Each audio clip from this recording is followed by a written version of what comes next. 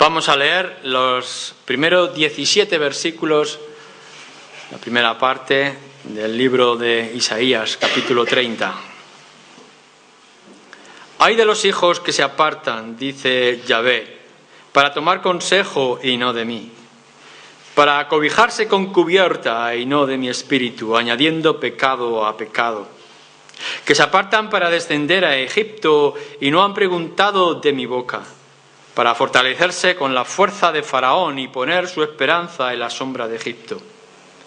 Pero la fuerza de Faraón se os cambiará en vergüenza y el amparo en la sombra de Egipto en confusión. Cuando estén sus príncipes en Zoán y sus embajadores lleguen a Anes, todos se avergonzarán del pueblo que no les aprovecha, ni los socorre, ni les trae por provecho. Antes les será para vergüenza y aún para oprobio. Profecía sobre las bestias del Negev, por tierra de tribulación y de angustia, de donde salen la leona y el león, la víbora y la serpiente que vuela. Llevan sobre lomos de asnos sus riquezas y sus tesoros sobre jorobas de camellos a un pueblo que no les será de provecho. Ciertamente Egipto en vano e inútilmente dará ayuda, por tanto yo le di voces que su fortaleza sería estarse quietos. Ve pues ahora y escribe esta visión en una tabla delante de ellos y regístrala en un libro para que quede hasta el día postrero, eternamente y para siempre. Porque este pueblo es rebelde, hijos mentirosos, hijos que no quisieron oír la ley de Yahvé. Que dicen a los videntes, no veáis, y a los profetas, no nos profeticéis lo recto, decidnos cosas halagüeñas, profetizad mentiras.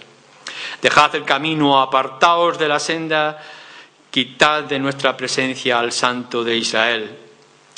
Por tanto, el Santo de Israel dice así, porque desechasteis esta palabra y confiasteis en violencia y en iniquidad, y en ello os habéis apoyado, por tanto os será este pecado como grieta que amenaza ruina, extendiéndose en la pared elevada, cuya caída viene súbita y repentinamente.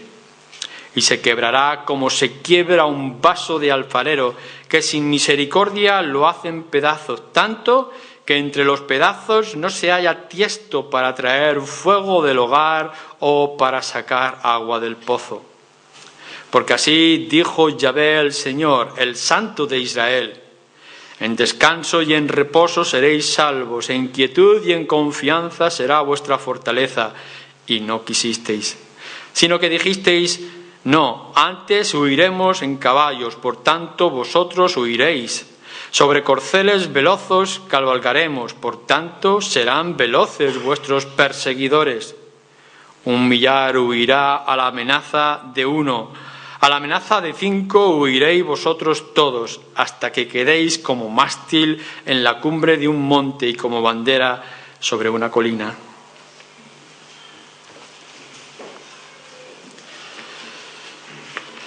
Bien, esto es parte de esta lectura que hemos hecho de un texto que es mucho más amplio, que hay que mirar en su conjunto, desde el capítulo 28, 29 y hasta el capítulo 32. Estaremos viendo toda una serie de mensajes de parte del profeta Isaías que están todos relacionados y unidos. Volver a recordar lo que ya hemos dicho en otras ocasiones. Este es un acontecimiento histórico donde Sennacherib, que es el rey de Asiria, ha invadido Judá y ha rodeado Jerusalén y la quiere destruir. Todo ello porque Dios quiere avergonzar, humillar, castigar a Judá por diferentes pecados.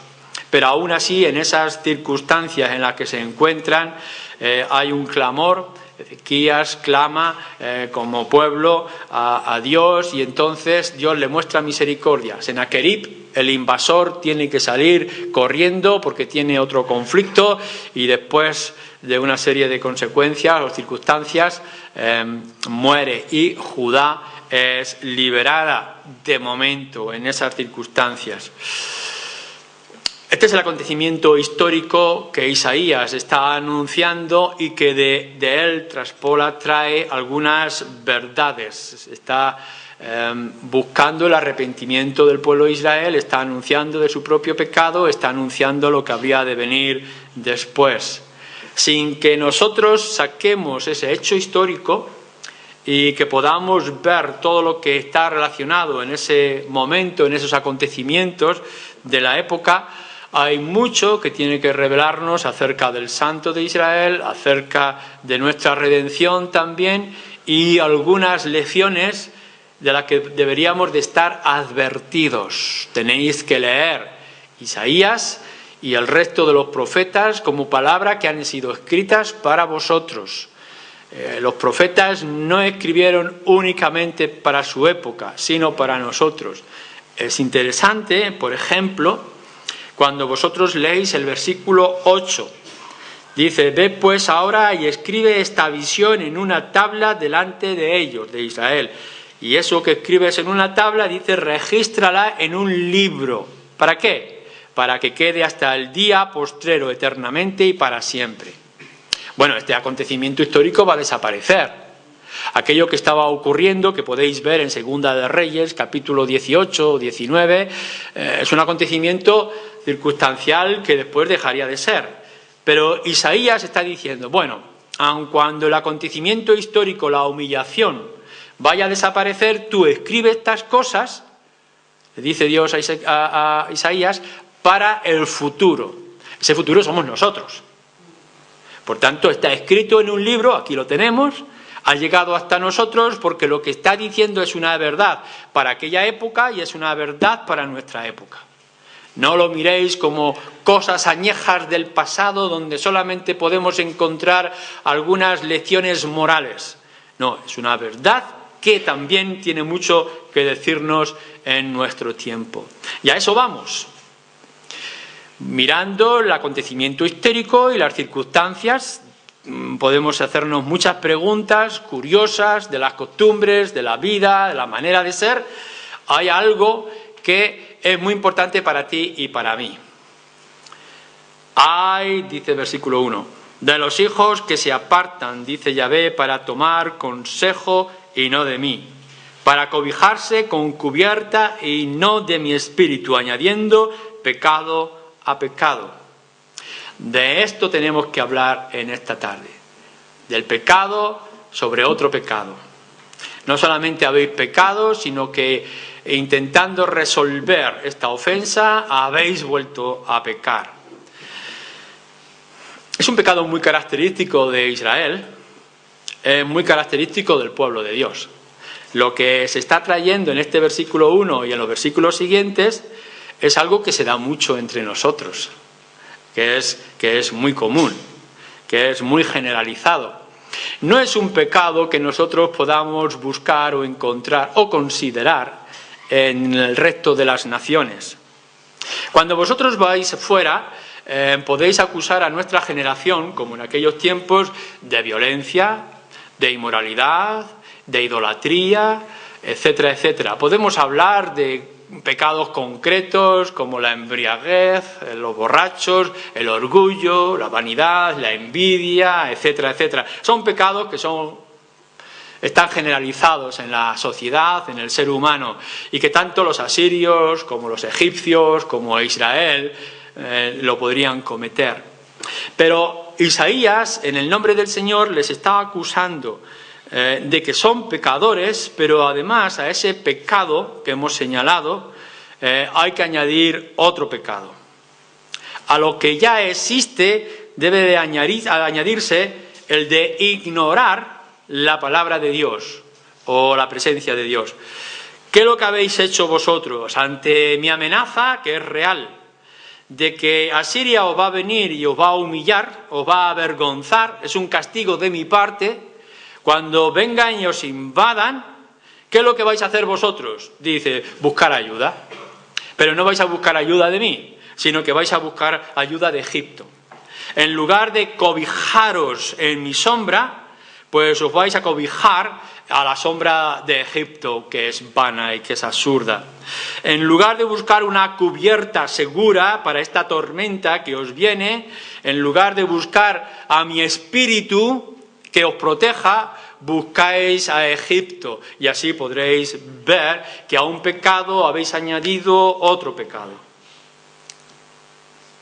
La realidad de los problemas que estaba enfrentando Judá van a responder de manera equivocada. Esta es la situación para Judá, y esta es nuestra situación, la situación que podemos vivir o que podemos afrontar nosotros. Tenéis un problema. Por la razón que sea o por las circunstancias tenéis que afrontar dificultades. Cada uno, en este caso, estará pensando qué luchas, qué problemas, qué enemigos, qué invasiones vienen a vuestro alrededor. Seguramente que os sentís atacados, afectados, seducidos por diferentes frentes, porque tenéis enemigos, tenéis luchas. Las luchas que pueden venir desde vuestro interior o lo que pueden venir a vuestro alrededor. Afrontáis los desprecios y afrontáis los ataques a nivel individual y a nivel de iglesia. La iglesia nuestra se encuentra que es atacada por diferentes frentes. Este es el problema, que hay conflictos, que tenemos enemigos, que existen tensiones. Estáis tensos, tenéis luchas. Esto es una realidad y no hay nadie en este mundo, porque así es nuestro mundo, así era Judá, conflicto tras conflicto, guerra tras guerra. Esto es normal, es natural. En un mundo de violencia, pues vemos que hay violencia a nuestro alrededor. Pero ¿qué es lo que tendremos que hacer ante esta situación?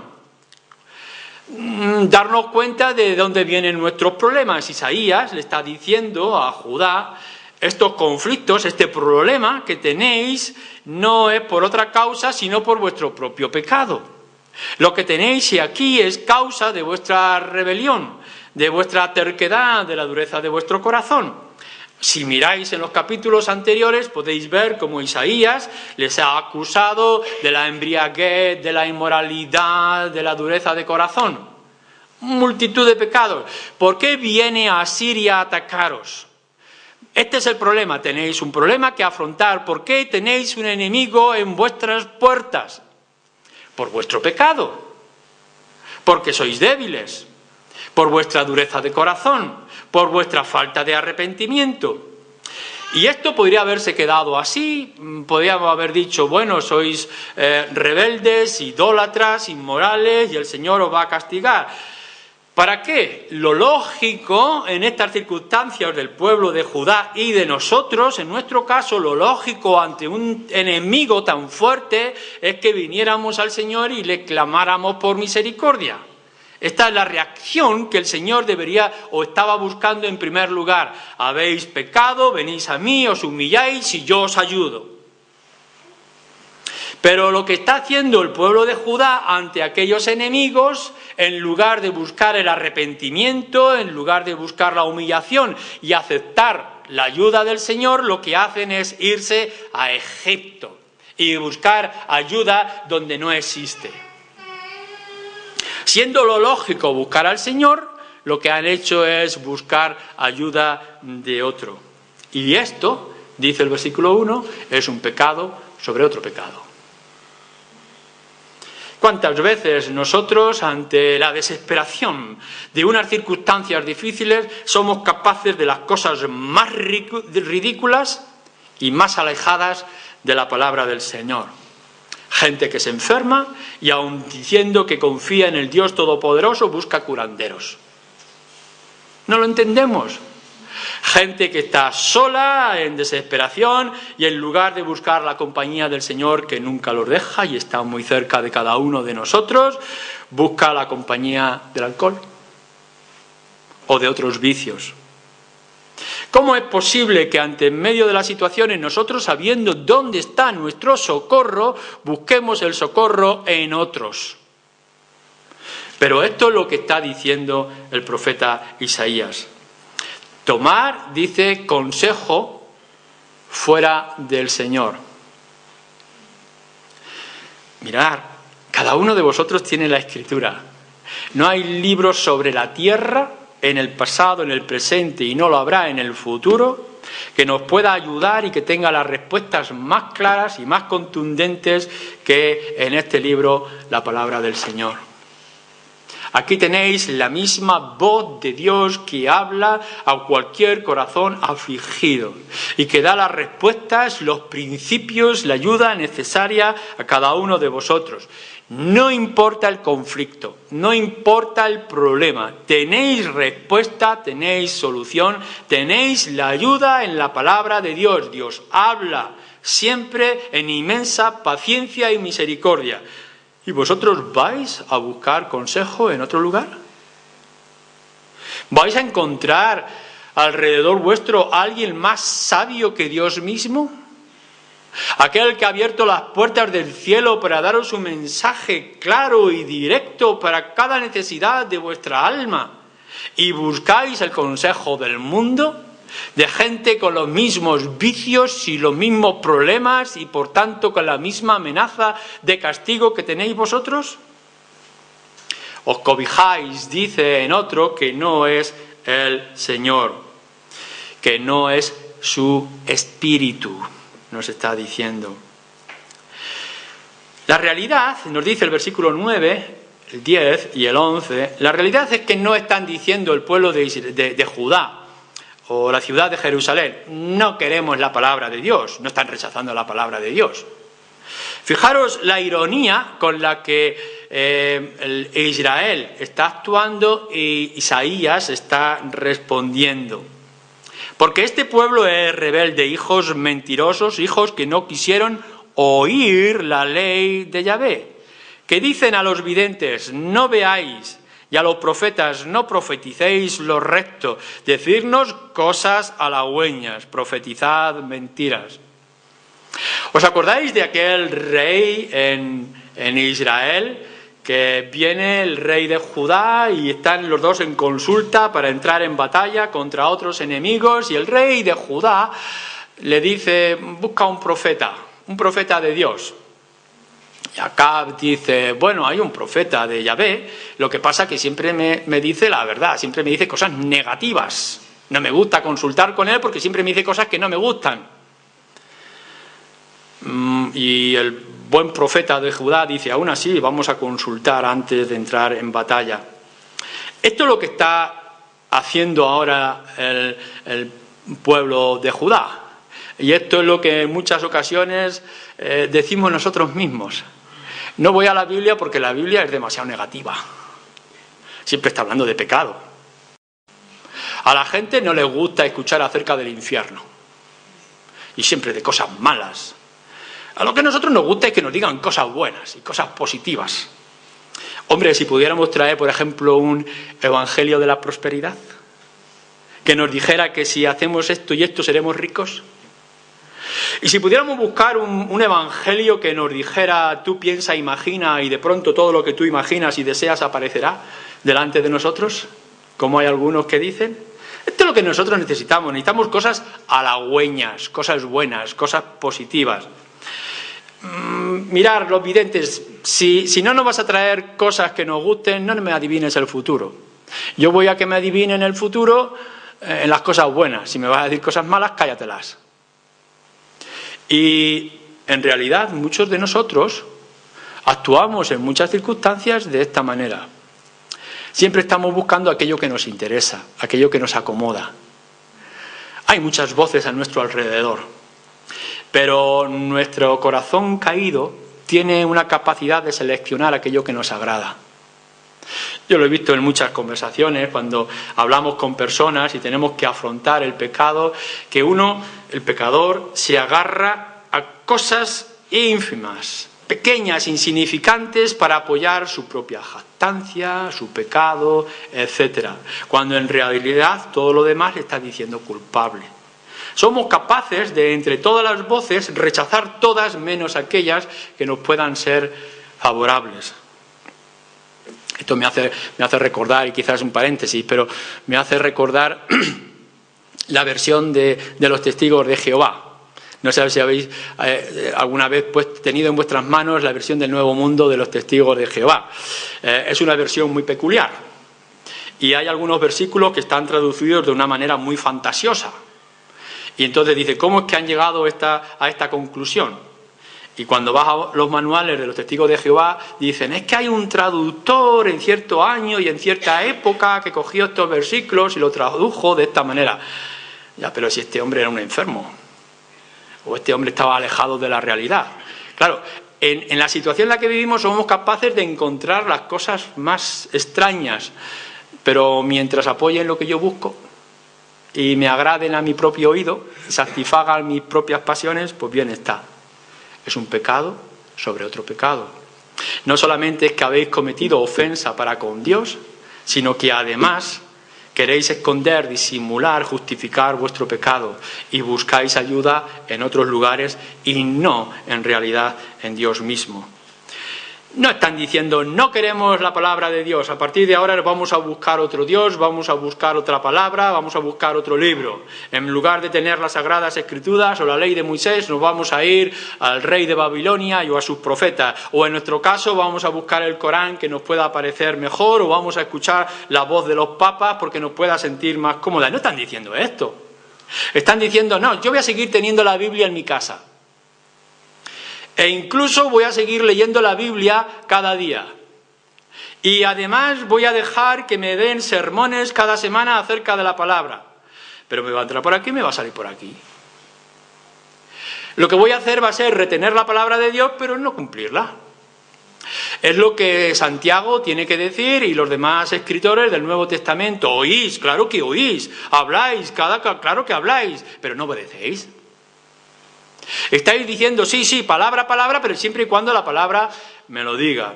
O como me acepte. O como decía alguien, que es una realidad. El texto fuera del contexto puede probar cualquier cosa. Coger un versículo de las Escrituras y sacarlo de su lugar y os va a mostrar y os va a decir lo que queréis que os diga. Y podríamos poner un montón de ejemplos. El pueblo de Judá le está diciendo a los profetas, mira, no nos traigáis estos mensajes que no nos agradan, cambiar de mensaje, seguir con vuestra palabra pero con otra actitud, algo distinto, que sea bueno y que sea positivo, aunque implique, fijaros dos cosas, que no tengáis que engañar y que quitéis del medio al Santo de Israel. Porque lo que está ocurriendo cuando cogéis la palabra de Dios y no dejáis que ponga el dedo en la llaga, que toque vuestro pecado, que os acuse a vuestra conciencia, lo que vais a buscar es otra situación que os pueda ser permisible. La palabra de Dios es agradable de leer mientras vosotros no dejéis que vaya al asunto clave de vuestro pecado. Y si hacéis esto en días constantes de vuestra vida, cada día, de manera regular, lo que en realidad estáis haciendo es alejándoos del Señor, creyendo una mentira, dejándolos engañar por vuestra propia situación. La mejor manera de presentaros ante Dios como justos a vuestros ojos es quitar los ojos del Señor. Si os dejáis llevar por vuestra propia apariencia y la imagen que veis en vuestro espejo, pensaréis que sois los mejores del mundo. Porque si os reflejáis en la palabra del Señor, seguramente saldrán a la luz vuestro pecado. Pero es que no aplicar la palabra de Dios en vuestras vidas y en vuestros corazones, oírla y obedecerla, os va a alejar del Santo de Israel, que hoy sabemos en nuestras circunstancias que es el Señor Jesucristo. Cuando le quitáis el valor a las Escrituras, quitáis valor a la obra de Cristo. Minimizáis al Señor Jesús. Y esto es lo que estaba haciendo Judá. Tienes a Dios, pero no lo oyes. Tienes la palabra de Dios, pero no la escuchas, no la guardas y no la sigues. Y esa actitud de tener la Biblia más grande y más hermosa o una colección de Biblias y la Biblia en el mejor lugar de tu casa y con versículos alrededor de la pared de tu casa y con versículos en la memoria y con versículos en canciones, pero no con versículos, con escritura en tu voluntad que te somete, es darle la espalda a Dios. Es buscar la ayuda en otro. Es buscar el consuelo y la sombra donde en realidad no existe. Es ser, versículo 9, un pueblo rebelde y un hijo mentiroso. Uno de los mayores problemas de Judá y uno de los mayores problemas que los cristianos tenemos que afrontar hoy en día, que es invisible pero que es real y patente, es la hipocresía. El pueblo de Judá es un pueblo hipócrita. Tiene el nombre de Dios, tiene el templo, tiene la ley, pero no hace caso alguno. Tienen profetas, tienen videntes que le hablan una y otra vez, tienen sacerdotes, tienen los sacrificios, pero los ignoran. Y esto es hipocresía, es darle la espalda a Dios. Es un pecado sobre otro pecado. Y esto nos ocurre a nuestro alrededor y en nuestras circunstancias. Tenéis la Biblia en vuestras manos, la leéis, pero le dais la espalda a Dios. No sometéis vuestra voluntad, vuestro corazón, vuestra mente a ella. No buscáis hacer lo que dice la Escritura que debéis de hacer. Y no ponéis como único cobijo, única sombra y única protección a Dios mismo. Fijaros cómo lo ilustra en esta imagen que está trayendo el profeta Isaías para Judá, en el versículo 13 y versículo 14.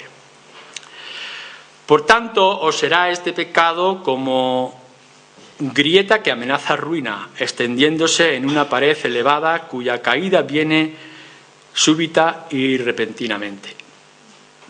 Bueno, los que tenéis casa propia o los que habéis trabajado en la construcción seguramente tenéis una visión muy clara de lo que aquí se está describiendo.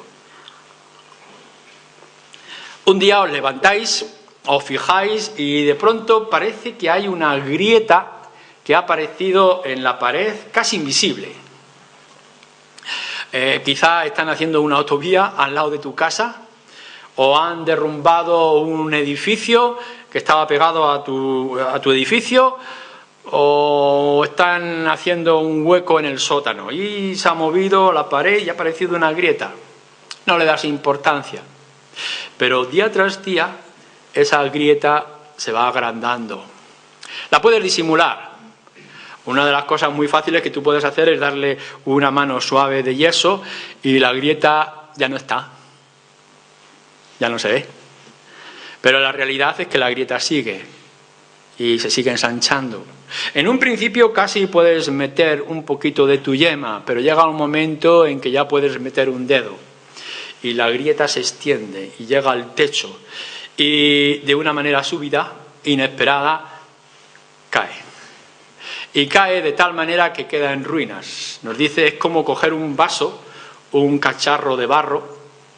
Bueno, es curioso porque lo que nos está diciendo aquí el vaso del alfarero, el versículo 14, nos lleva al capítulo 28, creo que era, ¿no? Y el versículo 16. No, perdón, el capítulo 29, versículo 16, acerca del alfarero y de las vasijas y de la arrogancia del pueblo de Israel. Dice, si dejas que la grieta se vaya extendiendo en la pared, va a traer ruina a la casa y se va a convertir en un cacharro que no sirve. Es como el vaso que toma el alfarero y lo estrella contra el suelo porque lo ve inútil. Esto es lo que está ocurriendo en la vida de muchos.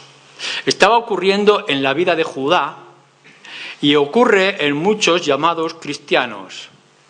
Hay una pequeña grieta que si no se trata va a ir creciendo, va a ir minando y va a llegar a destruir. Pero la destrucción y el daño que hace la grieta por no escuchar la voz de Dios, por buscar la ayuda en otro lugar, por ser hipócrita, se va a extender de tal manera que va a traer una ruina total y se va a convertir en un cacharro roto y viejo que no sirve ni siquiera para traer unas cuantas cenizas para calentarte. El problema está en que tú estés viendo ahora la grieta, estés viendo el problema, Pueblo de Judá, esto es una señal de humillación para que te arrepientas. Si buscas la ayuda en Egipto, te estás alejando más del Señor.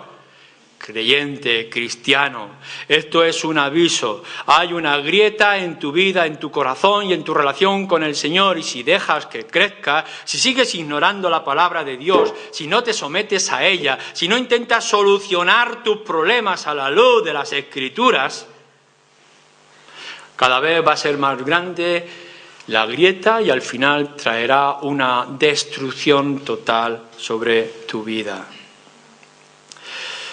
Bien, no podemos esconder la realidad de la situación. Esto es lo que hay. Esto es lo que está ocurriendo. Pero seamos un poco positivos. Vamos a buscar la respuesta, la ayuda, la solución. ¿Cuál es el ofrecimiento que trae este mensaje que trae la Escritura? Y es el mensaje más sorprendente y más extraordinario que podamos encontrar en todas las Escrituras de principio a fin. Que claro, es un mensaje que está unido total y completamente a lo que es Dios y al carácter de Dios. Fijaros en primer lugar en el versículo 7. Ciertamente Egipto en vano e inútilmente dará ayuda. No va a dar ayuda. Egipto no sirve para nada delante de Asiria y de Senaquerib. No sirve para nada Egipto. El remedio que tienes, por tanto, dice, yo le di voces que su fortaleza, la fortaleza de Judá, ¿dónde está? En estarse quietos. ¿Cómo es esto? ¿No sería que para defender Judá y Jerusalén en particular habría que levantar un ejército, habría que movilizarse? No, dice Isaías, en el nombre del Señor, ante la inutilidad de Egipto y de que tú acudas a Egipto, la solución ¿dónde está? En estarse quietos. Pero si esto no ha quedado claro, vamos al versículo 15. Porque así dijo Yahvé el Señor, el Santo de Israel, al que había otro rechazado. En descanso y en reposo seréis salvos. En quietud y en confianza será vuestra fortaleza. Esto no lo quisieron, pero esta es la respuesta. ¿Dónde está la salvación de Judá? ¿Dónde está la salvación de tu vida, de tu alma, de tu corazón? ¿Dónde está la esperanza de la Iglesia? ¿Dónde lo podemos encontrar? ¿Qué podemos hacer? Este sería el clamor que tendríamos que levantar cada uno de nosotros. ¿Dónde está nuestro socorro? Y nuestro socorro está en estar quietos, en buscar el descanso y el reposo en el Señor. Que no está en lo que tú hagas, que no está en tu fuerza, que no está en tu debilidad, en tus habilidades, no está en tu conocimiento, no está en tu experiencia. La salvación que nosotros podemos aspirar y tener es descansar en el Señor. El descanso y el reposo, vosotros seréis salvos. En una quietud total y en una confianza plena es donde encontraréis fortaleza. ¿Dónde se fortalece el pueblo de Dios? Sino en el Señor y en dejar que Él haga. Buscar conmigo en los Salmos, capítulo 42, por ejemplo.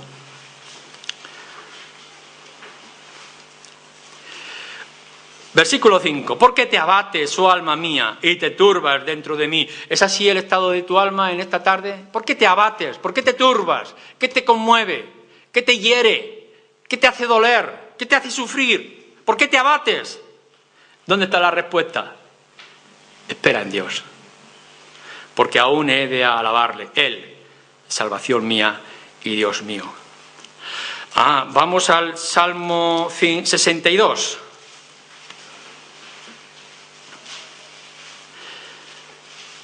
Versículo 1.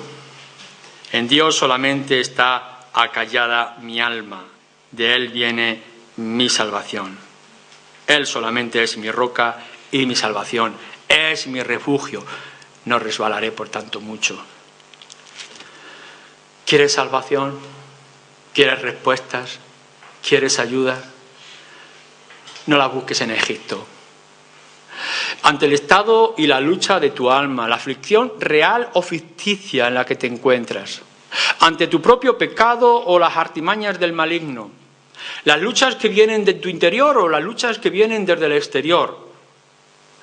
No busques ayuda en otro lugar, no busques ayudas en los egiptos de hoy, en los conocimientos y en las experiencias. Busca la ayuda en el Señor.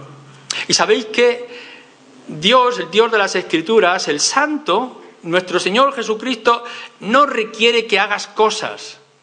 No requiere para recibir su ayuda que seas perfecto, que seas honorable, que seas esforzado. Lo que requiere es que esperes en Él, que pongas tu confianza total en Él, que descanses en Él. Él es la respuesta y Él es la ayuda. ¿No es esto un mensaje extraño? Y un mensaje sorprendente que le esté diciendo a Judá y nos esté diciendo a nosotros que seremos salvos sin hacer nada. No le está diciendo a Israel, lucha fuerte y ten valor. Le está diciendo, estate quieto y mira lo que yo soy capaz de hacer.